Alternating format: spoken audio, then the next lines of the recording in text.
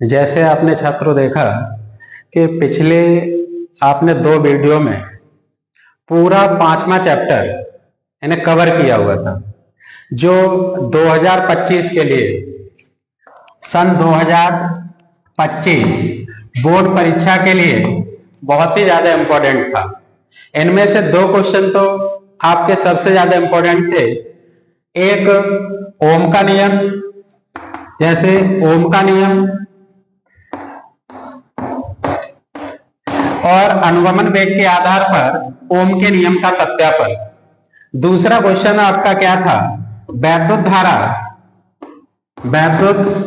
धारा तथा धारा घनत्व में संबंध।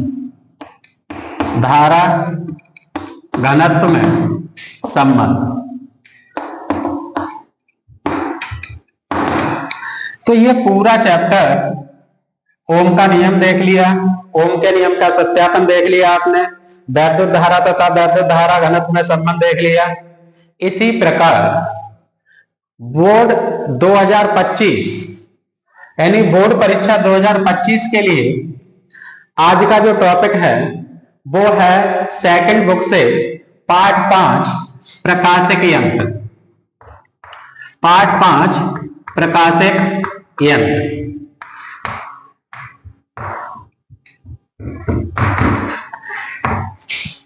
जो पार्ट 5 है प्रकाशिक यंत्र, इसे समझने से पहले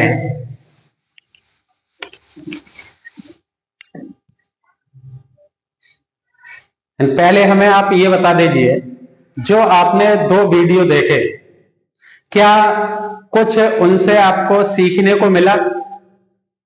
क्या आपकी समझ में कुछ आया? अगर आया है तो वीडियो को लाइक कर दो,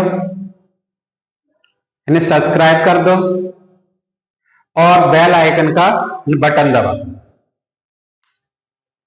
इसका लाभ उठाने के लिए 2025 में 90+ लाने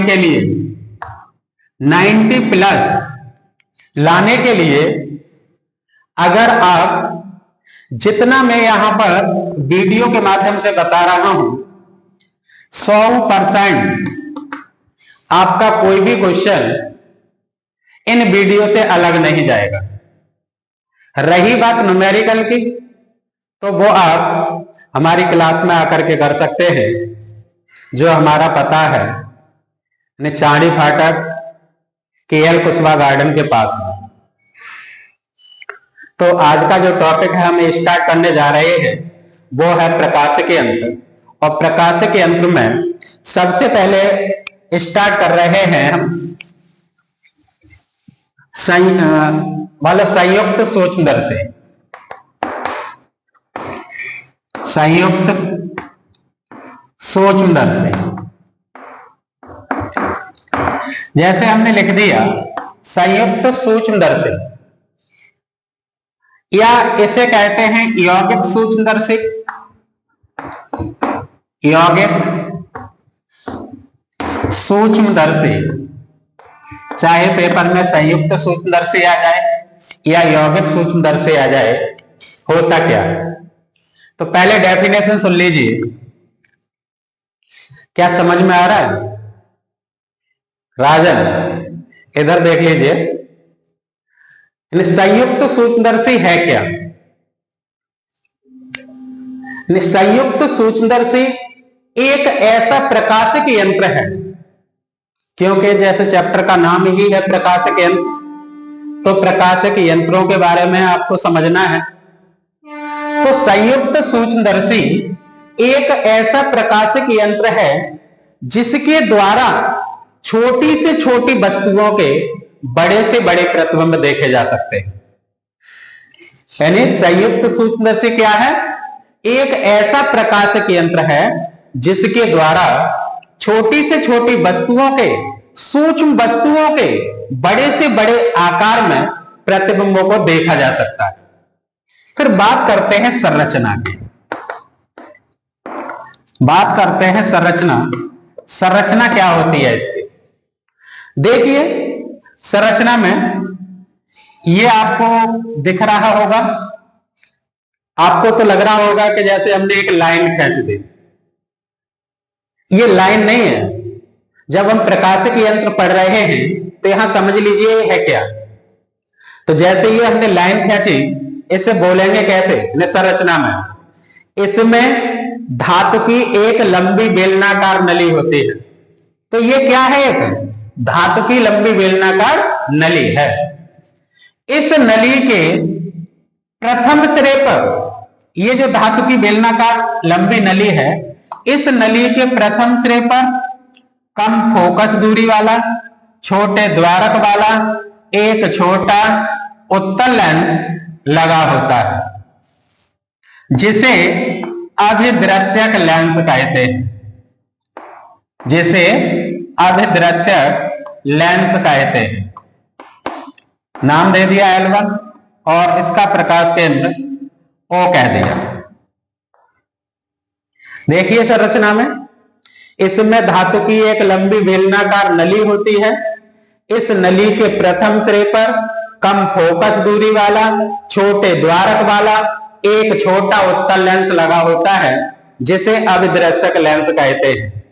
इस नली के दूसरे सिरे पर, इस नली के दूसरे सिरे पर एक और अन्य छोटी नली फिट होती है।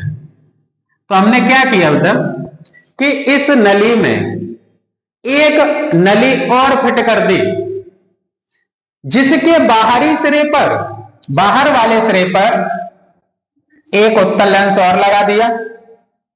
और यह उत्तल लेंस है क्या, अधिक फोकस दूरी वाला, बड़े द्वारक वाला, जिसे नेत्र का लेंस कहते हैं। नेत्र का लेंस कहते हैं। तो ये नेत्र का लेंस हो गया, नाम दे दिया L2। इसे E से डिनोट कर दिया। जब ये लेंस है तो इनके फोकस भी होंगे। तो यहां पर इसके फोकस एक ये हो गया FO और एक फोकस E, और इसका दूसरा फोकस ये हो गया FE डैश। ये दो फोकस हो गए। तो दोबारा सुन लीजिए कि संयुक्त सूक्ष्मदर्शी है क्या। ये तो संरचना हो गई। दोबारा ऐसे देख लीजिए कि संयुक्त सूक्ष्मदर्शी है क्या। संयुक्त सूक्ष्मदर्शी एक ऐसा प्रकाशिक यंत्र है जिसके द्वारा अति सूक्ष्म वस्तुओं के बड़े से बड़े आकार में प्रतिबिंबों को देखा जा सकता है। फिर बात करते हैं संरचना की। संरचना में दिख रहा है कि इसमें धातु की एक लंबी बेलनाकार नली होती है। इस नली के प्रथम सिरे पर कम फोकस दूरी वाला, छोटे द्वारक वाला एक छोटा उत्तल लेंस लगा होता है, जिसे अभिदृश्यक लेंस कहते हैं। इस नली के दूसरे सिरे पर एक और अन्य छोटी नली फिट होती है, जिसके बाहरी सिरे पर अधिक फोकस दूरी वाला, बड़े द्वारक वाला एक बड़ा उत्तल लेंस लगा होता है, जिसे नेत्र का लेंस कहते हैं।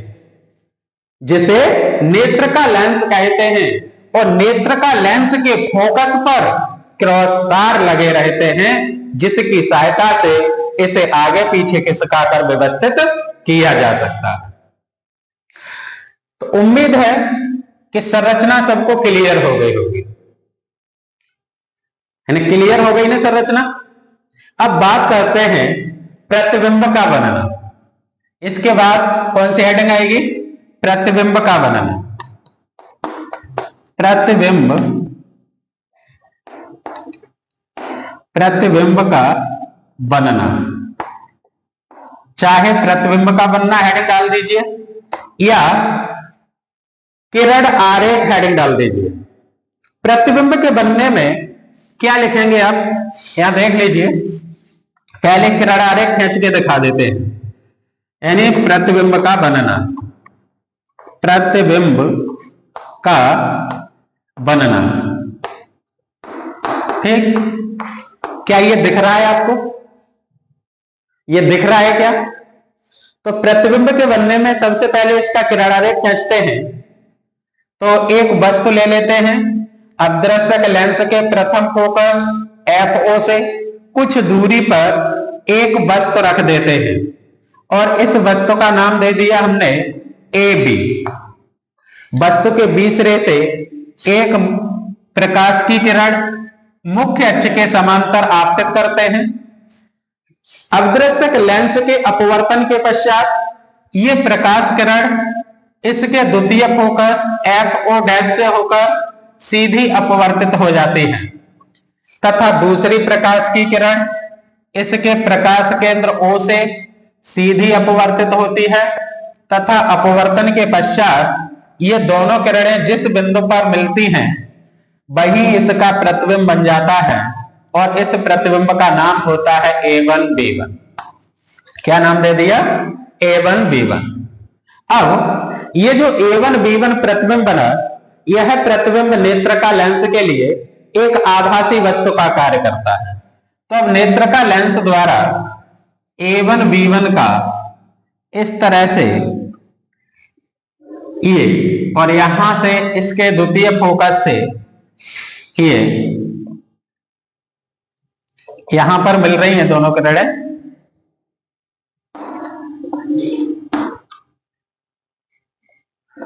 यहां से आप तो डॉट डॉट करके दिखा दीजिए इसे। ये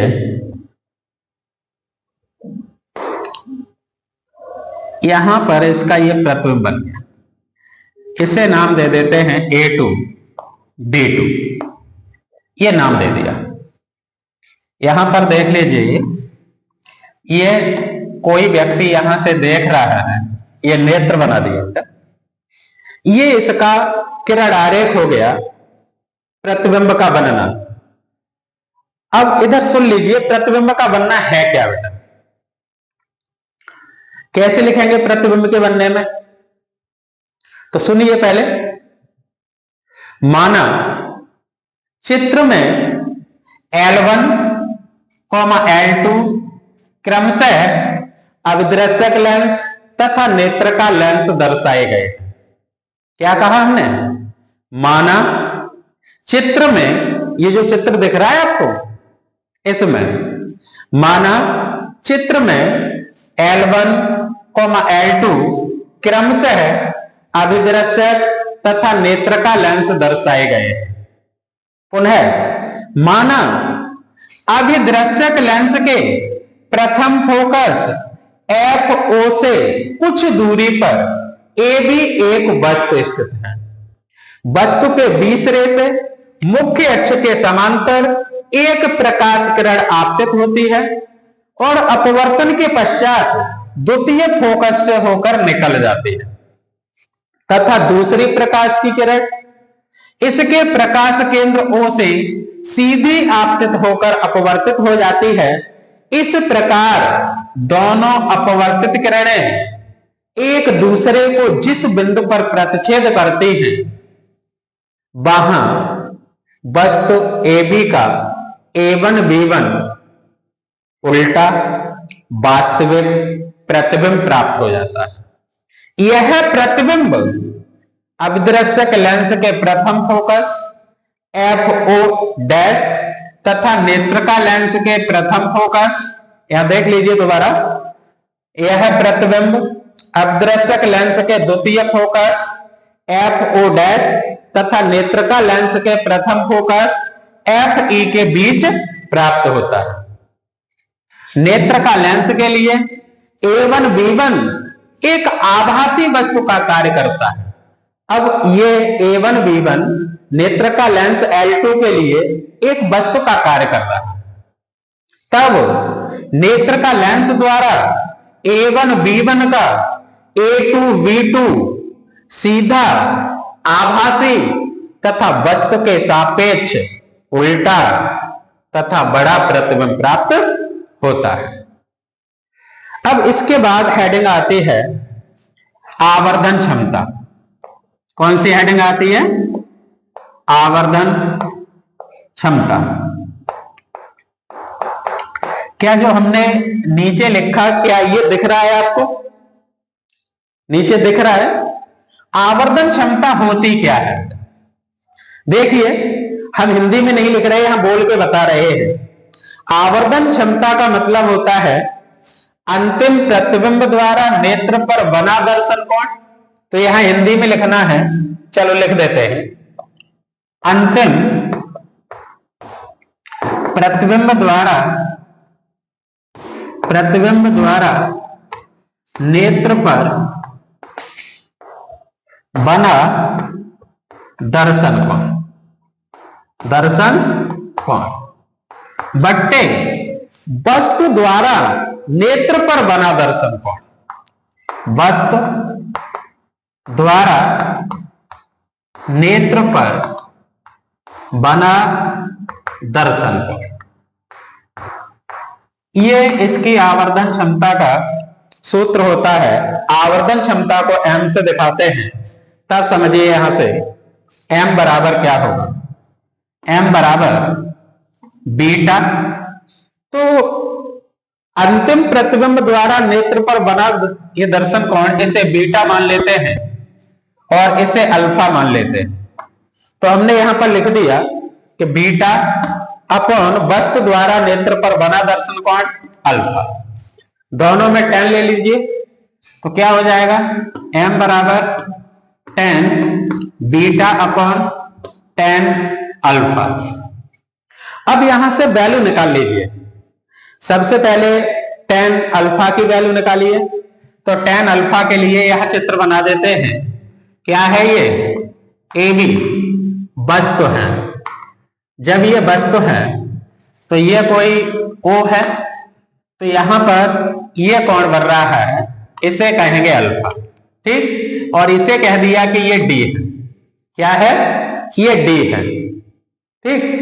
तो यहां से tan अल्फा की वैल्यू कितनी आ गई बेटा, यहां से देखें, यहां भी दिख रहा है, ये अलग बना दिया हमने।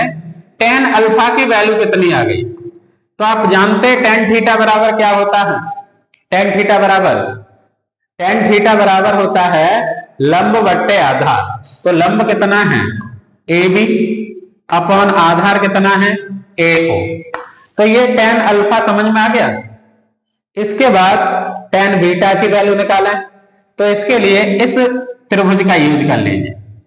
ये ट्राइंगल, इस त्रिभुज का नाम क्या है, ट्राइंगल यानी A1EB1 में।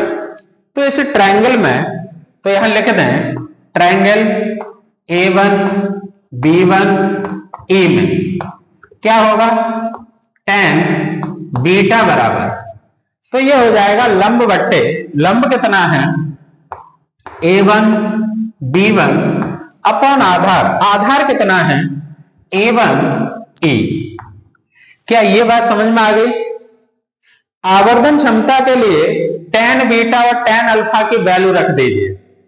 तो यहां वैल्यू रखते हैं, यहीं पर रख देते हैं, यहीं पर देखिए, तो ये आ जाएगा, यहां पर रखते हैं m बराबर tan बीटा की जगह, tan बीटा की जगह कितना आ जाएगा, A1B1 अपॉन A1E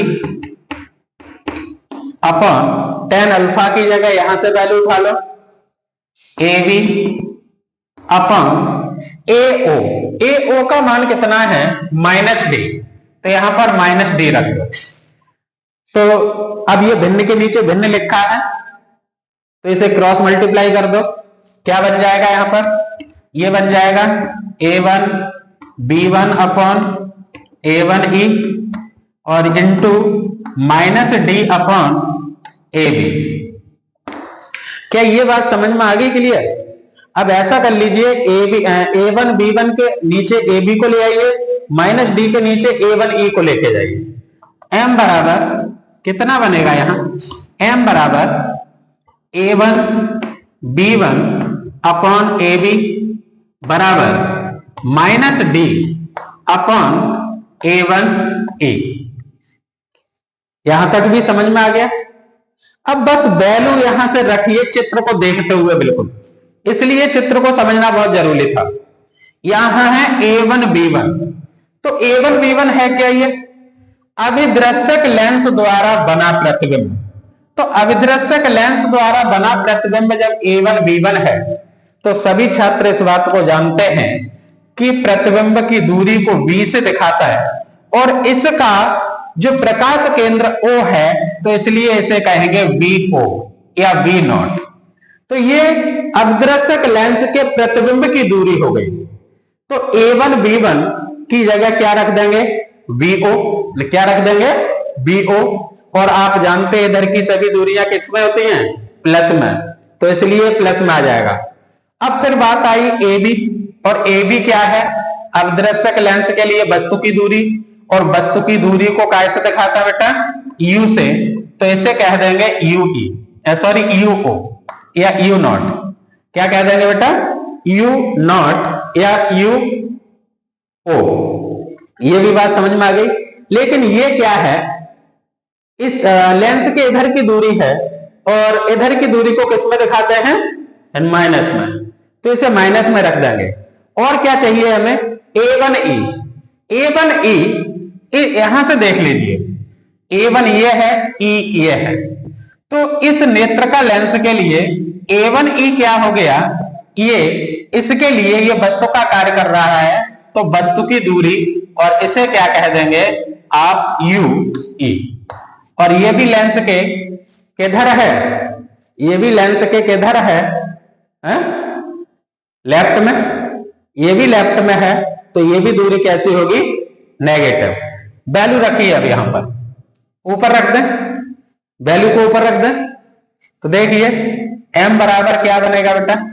m बराबर बन जाएगा A1 B1 की जगह यहां VO या V नॉट अपॉन AB की जगह यहां से माइनस के U not into minus D upon A1E।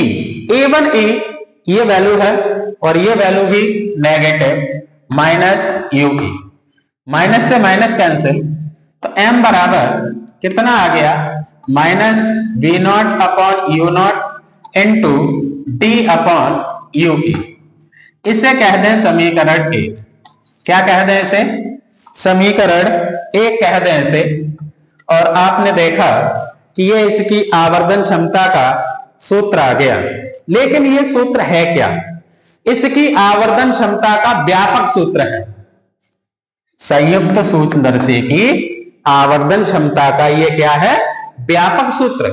जब ये व्यापक सूत्र है तो लिख देंगे यह है आवर्धन क्षमता का व्यापक सूत्र है। पेपर में अगर आपसे पूछ लेता है, और यह पूछा जाता है संयुक्त सूक्ष्मदर्शी की आवर्धन क्षमता का निम्न में से कौन सा सूत्र है? 4 ऑप्शन होंगे, तो आप देख लीजिए। अगर ये कहीं दिख जाए तो इसी को टिक करिए। क्या होता है आवर्धन क्षमता का सूत्र? Minus V not upon U not into D upon UE। ठीक। इसकी आवर्धन क्षमता की 2 स्थितियां संभव हैं। आवर्धन क्षमता की कितनी स्थितियां संभव होती हैं? 2। कौन कौन सी होती हैं? देख लीजिए यहां पर, यहां लिखेंगे आवर्धन क्षमता की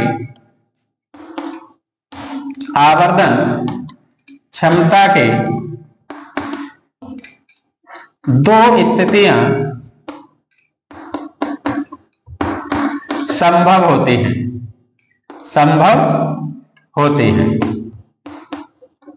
नंबर 1, जब अंतिम प्रतिबिंब अनंत पर बने। जब अंतिम प्रतिबिंब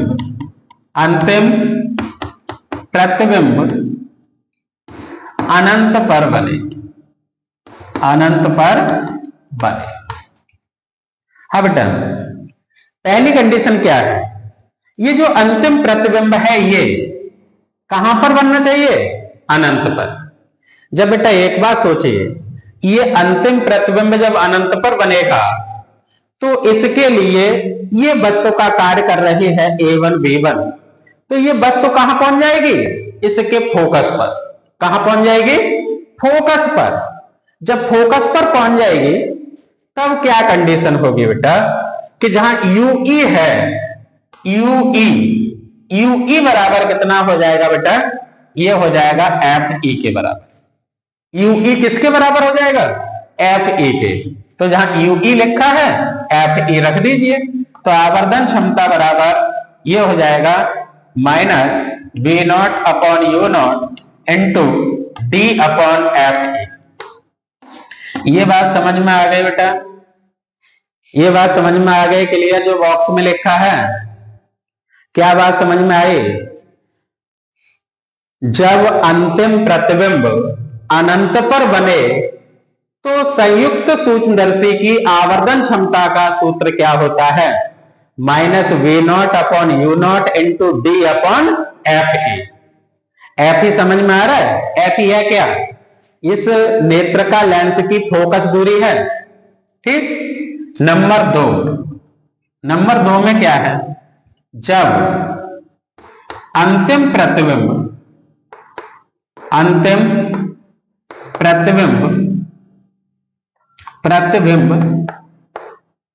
कहां बने? अंतिम प्रतिबिंब स्पष्ट दृष्टि की न्यूनतम दूरी पर बने। न्यूनतम दूरी पर बने। जब अंतिम प्रतिबिंब, ये जो अंतिम प्रतिबिंब है स्पष्ट दृष्टि की न्यूनतम दूरी पर बनेगा, अर्थात यहां से यहां तक की दूरी क्या हो गई? Capital D. ये हो गई। जब कैपिटल डी हो गई तब लेंस के सूत्र से, तो लेंस का फॉर्मूला क्या होता है? ये होता है, यहां नीचे दिख रहा है ना, 1 upon v minus 1 upon u बराबर 1 अपॉन एफ। ये दिख रहा है ना बिल्कुल? ठीक। जानते होंगे लेंस के सूत्र से। अब ये लेंस का फॉर्मूला किसके लिए लग रहा है? नेत्र का लेंस के लिए। तो यहां पर क्या हो जाएगा? वीई। यहां पर क्या हो जाएगा? यूई। यहां क्या हो जाएगा? F E. अब देखिए बेटा, वीई ये भी दूरी इधर ही है, प्रतिबिंब इधर बढ़ रहा है, लेकिन प्रतिबिंब कहां बढ़ रहा है? स्पष्ट दृष्टि की न्यूनतम दूरी पर। तो वीई की जगह क्या रख देंगे? 1 upon minus d, minus 1 upon u e. और ये वस्तु भी इधर ही है लेफ्ट में, तो ये भी क्या हो गया? माइनस के यूई बराबर 1 अपॉन एफ ई। ये बात समझ में आ गई? ये दोनों को माइनस में क्यों लिया, इसे प्लस में क्यों लिया? क्लियर हो गई ना बात? तो यहां पर ये माइनस माइनस प्लस हो गया। 1 अपॉन माइनस डी बराबर, सॉरी, ये प्लस 1 अपॉन यूई बराबर 1 अपॉन एफ ई। अब क्या करें इसमें? यहां आवर्धन क्षमता का व्यापक सूत्र दिख रहा है कि केवल हमसे अविदृश्यक लेंस के बारे में तो यहां लिख दिया, लेकिन डी अपॉन यूई यही बचा है हमारा। तो नेत्र का लेंस के बारे में इससे मान लो लिखिए। तो यहां पर डी अपॉन यूई करने के लिए क्या करेंगे? दोनों तरफ डी से गुणा कर देंगे। तो लिख देंगे दोनों तरफ डी से गुणा करने पर। अब गुणा करेंगे तो ये हो गया D upon minus D plus D upon UE बराबर D upon F E. D से डी कैंसिल, ये माइनस का इधर जाएगा प्लस के, तो डी अपॉन यूई बराबर 1 plus D upon F E. अब देखिए बेटा, समीकरण 1 में अगर डी अपॉन यूई की जगह ये वैल्यू उठा करके रख दें तो आवर्धन क्षमता कितनी आ जाएगी? समीकरण 1 से क्या हो जाएगा? m बराबर minus v naught upon u naught into 1 plus D upon F e. ये बात समझ में आ गई बेटा कि नहीं आई? ये बात समझ में आ गई कि नहीं आई? अब बात आती है कि दूरदर्शी की लंबाई के लिए ऐसा करते हैं, इसे कुछ मिटा लेते हैं बेटा। ठीक, यहीं से इसे साफ कर लेते हैं। थोड़ा देख लीजिए यहां पर, इसमें देखिए यहां पर ये जब आवर्धन क्षमता का व्यापक सूत्र हो ये, तब दूरदर्शी की लंबाई क्या होगी? तो लंबाई होगी L बराबर कितनी हो जाएगी बेटा? L बराबर, देखिए यहां से ये प्रतिबिंब यहां बढ़ रहा था, तो यहां तक की दूरी अर्थात V0 मॉड में प्लस यहां से यहां तक की दूरी, यही प्रतिबिंब है और ये इसके लिए क्या है? वस्तु। तो ये हो गया मॉड ऑफ U की। इसकी लेंथ समझ में आ गई जब सूत्र व्यापक हो, यानी संयुक्त सूक्ष्मदर्शी की आवर्धन क्षमता का जब ये व्यापक फॉर्मूला है तब इसकी ये लंबाई होगी। नंबर 1, जब अंतिम प्रतिबिंब अनंत पे बने तब दूरदर्शी की लंबाई क्या होगी भाई? यहां पर यहां देख लीजिए लंबाई, यहीं शॉर्ट में लिख देते हैं L बराबर क्या होगा? लंबाई L बराबर बेटा, ये प्रतिबिंब तो अनंत पे बढ़ रहा है, तो ये जो वस्तु है कहां होगी? फोकस पर। तो यहां से यहां तक की दूरी यानी V0 प्लस यहां से यहां तक की दूरी, तो ये इसका फोकस है FE। ये भी लेंथ समझ में आ गई, तो ये इसकी लेंथ होती है लंबाई दूरदर्शी की, कभी भी पूछ ली जाए। और जब आवर्धन क्षमता का ये व्यापक फॉर्मूला होता है तब लंबाई का फॉर्मूला ये होता है। जब अंतिम प्रतिबिंब स्पष्ट दृष्टि की न्यूनतम दूरी पर बने तब भी इसके लिए यही फॉर्मूला होगा, इसके लिए भी यहां देख लीजिए, इसके लिए भी यही फॉर्मूला होगा, यही बात। ठीक है, ये बात समझ में आ गई? एक बार पुनः सुन लीजिए, हमने क्या कहा? संयुक्त सूक्ष्मदर्शी, संयुक्त सूक्ष्मदर्शी, सूक्ष्मदर्शी। ठीक, देखिए संयुक्त सूक्ष्मदर्शी है क्या? एक बार रिवाज मार दीजिए, इसे अच्छे से याद हो जाए। संयुक्त सूक्ष्मदर्शी एक ऐसा प्रकाशक यंत्र है जिसके द्वारा छोटी से छोटी वस्तुओं के बड़े से बड़े आकार के प्रतिबिंबों में देखा जा सकता है। फिर इसकी इस बात करते हैं संरचना की। संरचना क्या होती है? इसमें धातु की एक लंबी बेलनाकार नली होती है। इसके प्रथम सिरे पर कम फोकस दूरी वाला छोटे द्वारक वाला एक छोटा उत्तल लेंस लगा होता है जिसे अभिदर्शक लेंस कहते हैं। इस नली के दूसरे सिरे पर एक और अन्य छोटी नली फिट होती है जिसके बाहरी सिरे पर अधिक फोकस दूरी वाला बड़े द्वारक वाला एक बड़ा उत्तल लेंस लगा होता है जिसे नेत्रका लेंस कहते हैं। क्या कहते हैं इसे? नेत्रका लेंस। नेत्रका लेंस के फोकस पर, यहाँ ये इसके फोकस है, नेत्रका लेंस के फोकस पर क्रॉस तार लगे रहते हैं जिसकी सहायता से इसे आगे पीछे खिसकाकर व्यवस्थित किया जा सकता है। फिर बात की हमने प्रतिबिंब का वर्णन अर्थात किरण आरेख। तो माना चित्र में L1, L2 क्रम से अभिदर्शक लेंस तथा नेत्रका लेंस दर्शाए गए हैं। माना कैसे स्टार्ट करेंगे? माना चित्र में क्रमशः L1, L2 अभिदर्शक लेंस तथा नेत्रका लेंस दर्शाए गए हैं। माना AB एक वस्तु अभिदर्शक लेंस के प्रथम फोकस FO से कुछ दूरी पर स्थित है। अभिदर्शक लेंस द्वारा वस्तु AB का A1, B1 उल्टा वास्तविक प्रतिबिंब प्राप्त होता है। यह प्रतिबिंब अभिदर्शक लेंस के द्वितीय फोकस FO' तथा नेत्रका लेंस के प्रथम फोकस FE के बीच प्राप्त होता है।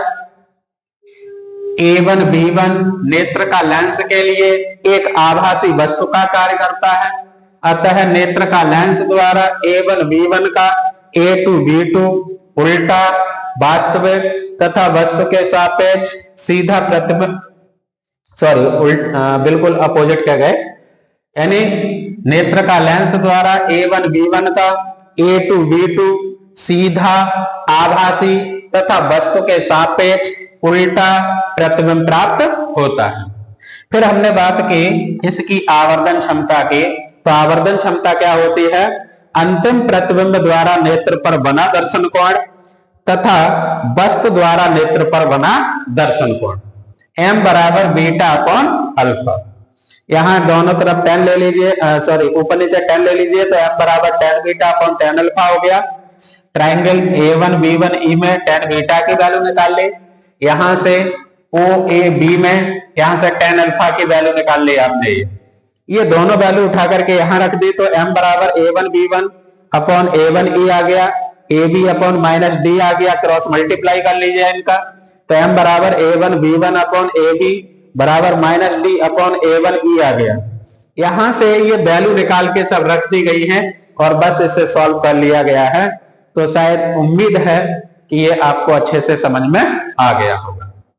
ठीक, इसके बाद जो इस वर्ष 2025 के लिए 2025 के लिए आपको या तो ये मिल जाना चाहिए, अगर नहीं मिला तो इसी का भाई, बिल्कुल इसका भाई अपोजिट खगोली दूरदर्शी, जिसे दूरदर्शी भी कहते हैं, ई आ सकता है। दूरदर्शी, क्या आप दूरदर्शी के बारे में भी जानते हैं? क्यों दूरदर्शी के बारे में भी जानते हैं? तो दूरदर्शी का प्रकाशिक यंत्र, जो दूरदर्शी प्रकाशिक यंत्र है खगोली दूरदर्शी, इसे समझने के लिए, इसे देखने के लिए अगले वीडियो का इंतजार कीजिए, और हो सकता है आपको अगला वीडियो कल मिल जाएगा।